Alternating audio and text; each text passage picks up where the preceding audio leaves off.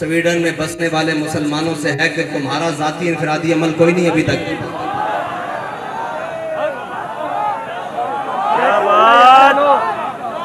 اگر تم کلمہ پڑھتے ہو تو تمہارا بھی ذاتی انفرادی عمل اس وقت بہت سارے ہو جانے چاہیے تھے. بے شک.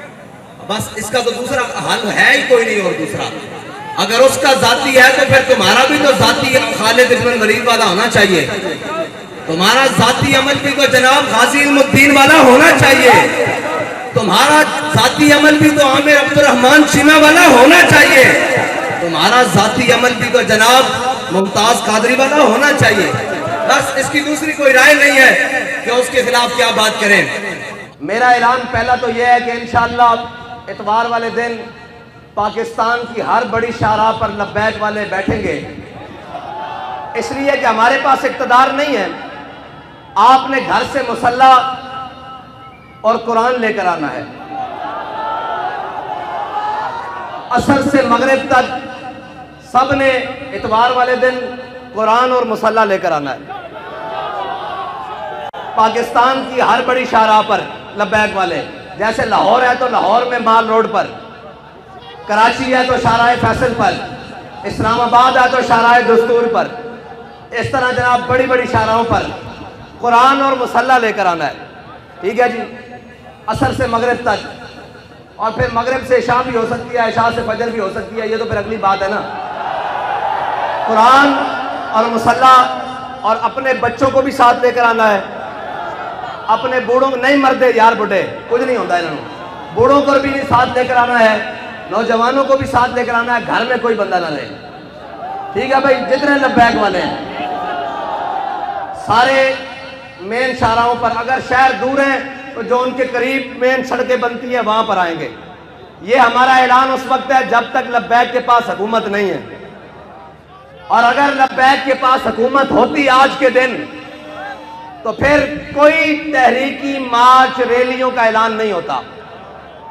صرف ایک پی ٹی وی کا مائک ہوتا اور جو بھی لبیک جس کو حاکم بناتی وہ سامنے ہوتا اور وہ کہتا کہ گھروں سے ایک مسلح اور اپنا ہتھیار اور اپنی سواری لے کر شاہراہوں پر آ جاؤ.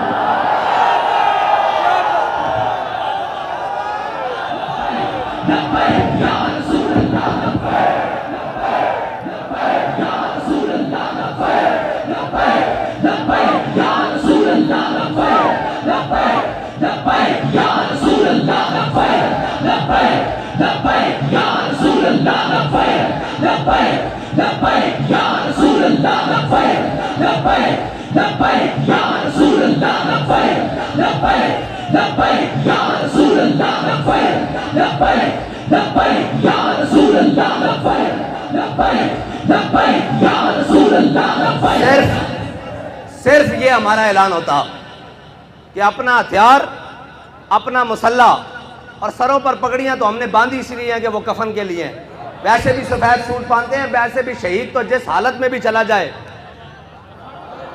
اور اللہ کی قسم یہ یورپی یونین نیٹو کی بات کرتے ہیں، پوری دنیا ان کے قدموں میں آ جانی تھی. اگر یہ اعلان آج بھی کر دیں کہ تمام مسلمان جو چاہتے ہیں قرآن کی حفاظت ہو تو اپنا مسلح بائیں بغل میں اور اپنا ہتھیار دائیں بغل میں، اور ہاتھ لبیک کے نعرے ساتھ بلند کرتے ہوئے باہر آ جائیں. ہم بات کرنے جا رہے ہیں عالم کفر سے کہ یا تو تم نہیں یا تو ہم نہیں. یہ ہے علاج ان کا، اور کوئی علاج نہیں ہے. یہ قرآن بابا جی پہلے بھی کہہ کے گئے ہیں، یہ قرآن اس لیے جلاتے ہیں کہ تم ملعون ہو، تم حاکم بے شرم ہو. ورنہ یار ایک اسرائیل، اتنا سا اسرائیل، آج انہوں نے اس بات کو شامل کیا ہے کہ ٹھیک ہے جی مسلمانوں کا بھی احتجاج، لیکن ہم اس کو اس لیے نہیں جلنے دیں گے کہ جناب اس میں تورات اور یہودیوں کی تورات اور انجیل ہیں جی، یہ ساری اس کا بھی جلانے کا انہوں نے اعلان کیا ہے. لہٰذا ہم سے بات اسرائیل کے سفیر نے کی ہے، ہم آئندہ کے بعد اس کی اجازت نہیں دیں گے. اس کو غیر قانونی قرار دینے لگے ہیں. ڈوب کے مر جانا چاہیے پوری امت مسلمہ کو، پوری امت کو ڈوب کے مر جانا چاہیے. اس لیے کہ ان کا ایک سفیر کہ چند لفظ وہ کام کر گئے جو پوری 1.5 ارب مسلمان نہیں کر سکے۔ اقبال کہتا ہے حفظ قرآن عظیم آئین تست، اقبال کہتا ہے قرآن کی حفاظت یہ تیرا پہلا آئین ہے، اسلام کا آئین ہے۔ حفظ قرآن عظیم آئین تست، یہ تیرا پہلا آئین ہے۔ حرف حق را فاش گفتن، کہتا ہے جب بھی حق کی بات آ جائے سرے بازار کرنا یہ تیرا دین ہے، نہ تو آئین ہے۔ اب پوچھتے ہیں لبیک والوں کا آئین کیا ہے؟ آج کے بعد آپ کو ہمارا آئین پتہ لگ گیا ہے۔ اگر لبیک کے بعد پاس حکومت آئی اور اگر کسی نے ایسی حرکت کی تو ہمارا علاج ایک ہی ہوگا،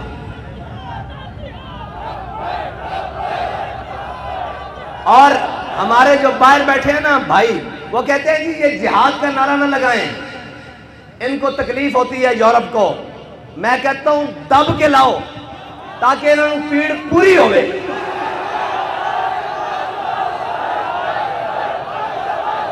الجہاد الجہاد الجہاد الجہاد الجہاد الجہاد،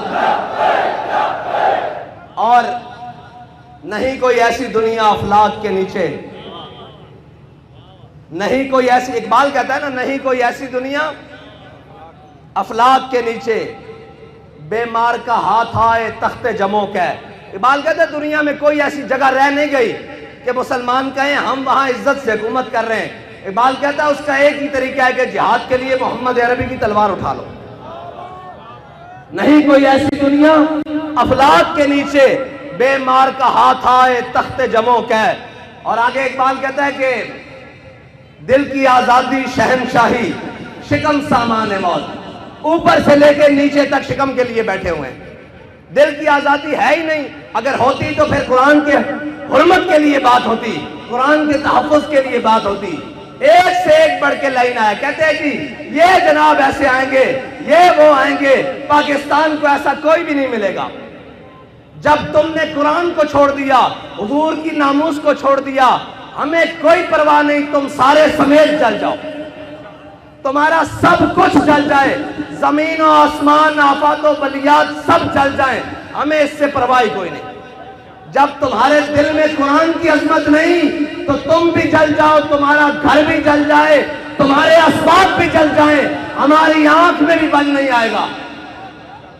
ہاں اس لیے ہمیں کوئی تکلیف نہیں، ہمیں اگر تکلیف ہے تو قرآن کے جلنے کی ہے، اس لیے کہ وہ تکلیف اس لیے، ہاں اگر تمہیں قرآن کے جلنے کی تکلیف ہوتی تو پھر جو ہاتھ تمہارے جانب آتا اس ہاتھ کو ہم توڑتے، جو آنکھ تمہاری جانب اٹھتی اس آنکھ کو ہم پھوڑتے۔ لیکن اب تو ہم دعا کرتے ہیں اللہ تمہیں اور غرق کرے، اور غرق کرے، اور غرق کرے، اور غرق کرے، ان تمام اسباب کو بھی آگ لگا دے جو تم نے اسلام کی حفاظت کے لیے نہیں رکھے۔ اور میں تو یہ کہتا ہوں کہ یہ سب ہم سب بھی مر جائیں، عذاب ہی آئے گا نا ہم پر جب ہم محافظ قرآن نہیں ہیں۔ کیا کریں بھائی، سب صبح اٹھ کر سب کو عزت قرآن کی وجہ سے ملی۔ بابا جی جب قرآن کی بات آتے تھے فرماتے تھے جلیا ساریاں گلاں بعد چون گھروں اسی قرآن پڑھن نکلے سن۔ 1974 بابا جی فرماتے ہیں سب نالوں پہلے قرآن گھروں پڑھن نکلے سن۔ وہ کیا مولوی، وہ کیا پیر، وہ کیا حفاظ، وہ کیا قاری، وہ کیا عوام، وہ کیا جناب، سب کو عزتیں قرآن کی وجہ سے ملی۔ کسی کا بچہ قرآن کی وجہ سے ٹھیک ہوا جناب، کسی کو شفا قرآن کی وجہ سے ملی، کسی کو ہدایت قرآن کی وجہ سے ملی، کسی کو ایمان قرآن کی وجہ سے ملا، کسی کو اسلام قرآن کی وجہ سے ملا۔ سارا کچھ قرآن کے ملنے کے بعد جب قرآن کی عزت کی باری آئی ہے تو ہم سب بے شرم بن گئے، سب بے شرم بن گئے ہیں۔ اس میں دوسری رائے ہے ہی کوئی نہیں۔ کیا کریں جی، کیا کریں؟ ایک ہی حل ہے کہ ہم سب مر جائیں اور ڈوب کر مر جائیں۔ یار ایک اسرائیلی کی بات، ایک سفیر کی بات سویڈن کو روک سکتی ہے تو 1.5 ارب مسلمان کوئی نہیں، کچھ بھی نہیں۔ یہ جھوٹ ہے، یہ پاکستان کا نام بھی، یہ ریاست کا سب فراڈ، 57 اسلامی ممالک سب جھوٹ، 1.5 ارب مسلمان سب دھوکہ، کچھ بھی نہیں ہے۔ اگر ہوتا تو تو آج قرآن کو سرعام ایسے کوئی نہ جلاتا. اور یار وارثاں دیا چیزاں کہیں اس طرح لاوارث کر کے جلانا یہ بات نہیں ہے. بس ہماری بات اتنی ہے, ہاں آپ نے آنا ہے اور ہم کیا کر سکتے ہیں؟ کچھ بھی نہیں کر سکتے. کیا وہ سارے ملعون حق تو یہ تھا نا کہ آج کے دن کہتے ہیں یوم تقدس منانا ہے. میں نے کہا تم تقدس کو چھوڑو, 365 دن بھی مناؤ تو کوئی فرق نہیں پڑتا. تقدس تو وہ ہے کہ ہمارا بچہ بھی قرآن کو سینے سے لگا کے رکھتا ہے. تقدس تو یہاں سے شروع ہوتا ہے نا, اوپر تک جہاں تک مرضی لے جاؤ. اس کے نفاذ کی بات کرو. تم آج کے دن صرف 1 منٹ کے لیے نیول چیف بھی بلا لیتے, آرمی چیف بھی بلا لیتے, فضائیہ کا چیف بھی بلا لیتے, سارے آئی جیز بھی بلا لیتے, رینجر کے سربراہ بھی بلا لیتے, ساری جناب ایف سی کے سربراہ بھی بلا لیتے, سارے وزیر بھی بلا لیتے, اور سارے ہاتھ میں آج کلیشن کو پکڑ کر سفیر کو بلاتے سویڈن کو. اس کو کہتے ہو تم کہتے ہو کہ جناب ہم نے اس کو آزادی دی رکھی ہے, شخصی آزادی, ہم مذمت کرتے ہیں لیکن اس کی شخصی آزادی ہے. لو آج ہم تمہیں یہ بتا رہے ہیں کہ ہم نے قرآن کی حفاظت کا ذمہ اللہ نے ہمارے لیے لگایا ہے. ہم جب تک قرآن کی حفاظت نہیں ہوتی ہم تم سے جنگ جاری رکھتے ہیں. 1 منٹ کی بات تھی, 1 منٹ کی بات تھی, 1 سیکنڈ کی بات تھی, لیکن کوئی نہیں, نہ کوئی بات کرے گا. ہم جناب مذمت کرتے ہیں. میں نے کہا مذمت کی ضرورت نہیں, جب مرمت کی طاقت ہو تو مذمت حیثیت ہی کچھ نہیں رکھتی. مذمت تو شاہ صاحب نے کہا ہے عیسائی بھی کر رہے ہیں, مذمت تو یہودی بھی کر رہے ہیں, مذمت تو پارسی بھی کر رہے ہیں, مذمت تو ہندو بھی کر رہے ہیں. تمہیں اللہ نے اس لیے نہیں طاقت دی تھی, تمہارا کام تھا تم مرمت کرتے. ہاں جس طرح ان کی مرمت کی ہے جنہوں نے تمہارے گھر کو جلایا. ہاں جس طرح ان کے لیے اسپیشل عدالتیں بنائی ہیں, جیسے ان کے لیے لوہے کے راڈ تیار کیے تھے, اس طرح مرمت کرتے تو ان کی جرت بھی نہ ہوتی بات کرتے. لیکن کیا کریں, وہ اقبال نے کہا کیا نہیں ہے اور کوئی غزنوی کارگاہ حیات میں. لیکن انشاءاللہ اگر بات اس حد تک آ گئی ہے تو پھر اللہ کو بھی تو کچھ منظور ہوگا نا, پھر اس کی قدرتوں کو بھی تو کچھ منظور ہوگا کہ وہ اپنی قدرتوں سے اسلام کے محافظوں کو غالب لائے گا, دین کے محافظوں کو غالب لائے گا, اسلام کے محافظوں کو غالب لائے گا.